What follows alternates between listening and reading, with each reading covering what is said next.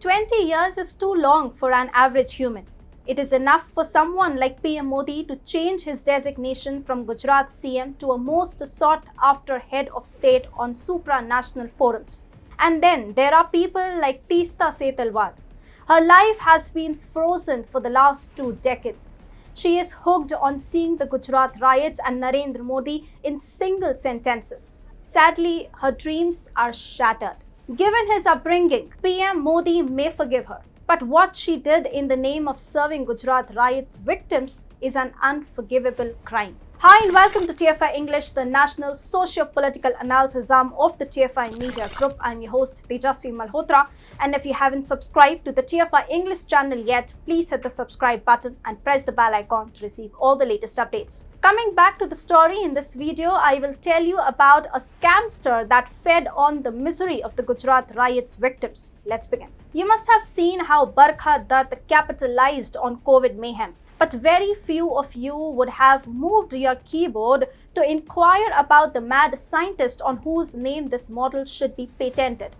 It's Teesta Setalvad. Here's the story of how she dubbed riot-affected Muslims of Gujarat.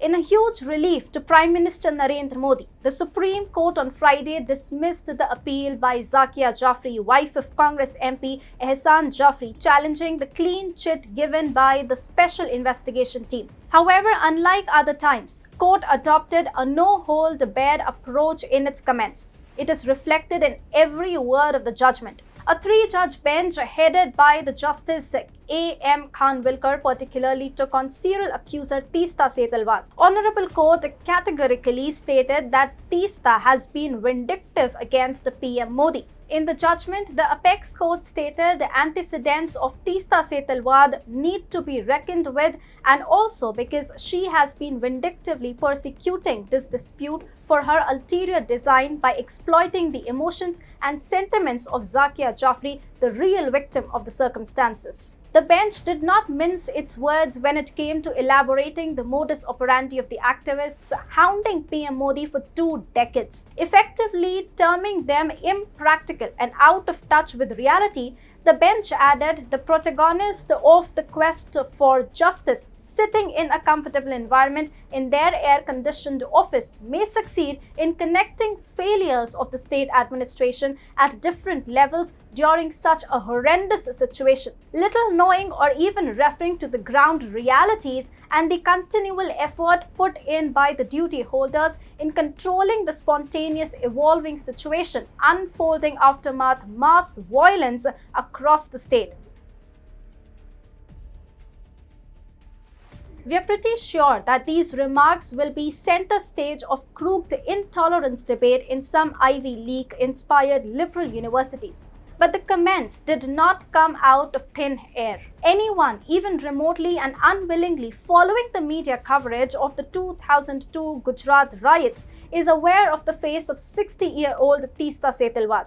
She has been the linchpin of everything wrong with the perception of PM Modi. As it turned out, in her years beyond 2002, she used PM Modi and Gujarat riots for her pecuniary gains. One of the first and possibly the most prominent cases related to the 2002 riots recorded in our law books is that of the Best Bakery case. Zahira Sheikh was one of the key witnesses in this case. In her affidavit filed in High Court, Zahira put Setalvad under the scanner. According to her affidavit, Teesta was constantly threatening her with life if she did not utter what was being fed to her. Zahira said, and we quote, "If we don't lie as instructed by Teesta, then these people will get me and my family members killed."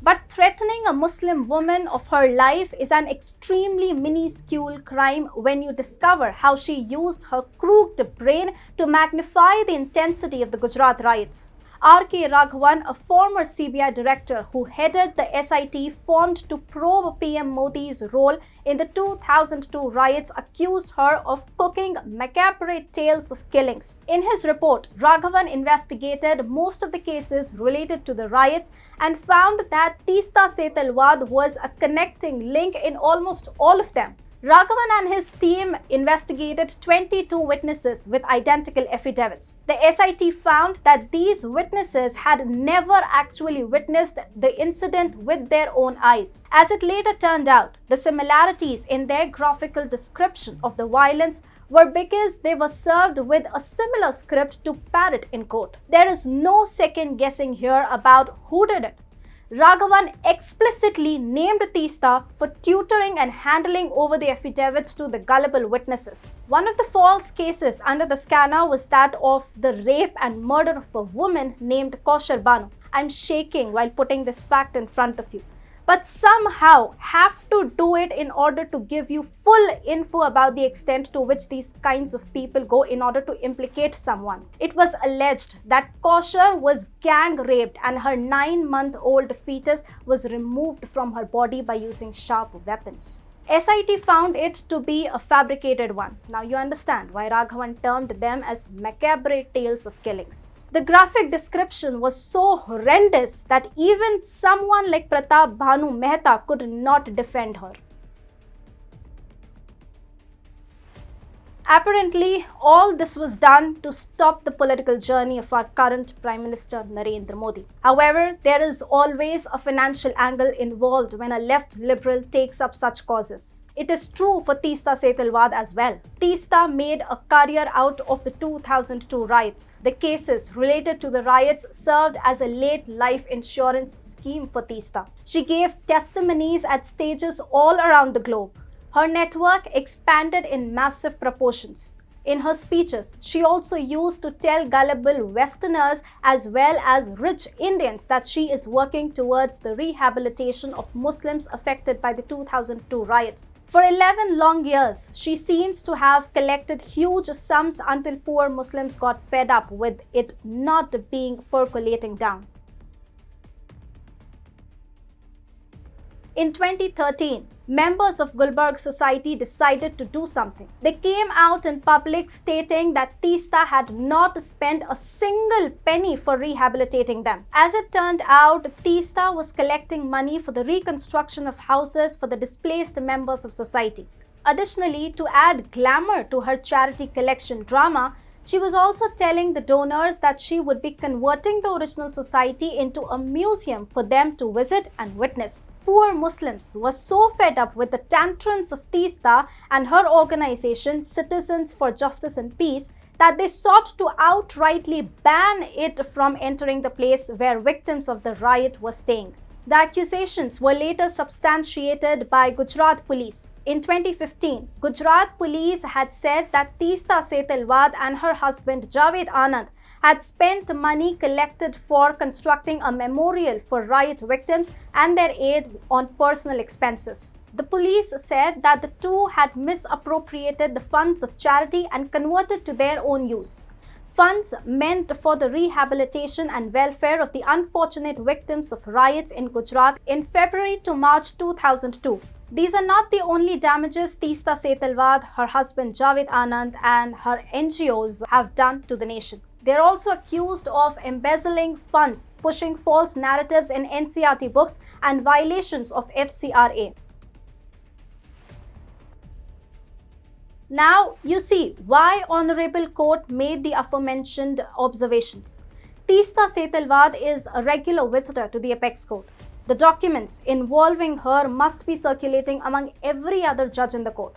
They should also scrutinize these documents with a human lens. In fact, they are trained to do that. Now, the only question that remains is, when will a crooked individual like her be facing trials? Hopefully, it will be done when court hearings are telecasted live on digital platforms. The person is so crooked and fake that watching her speak feels like a humanoid project gone wrong.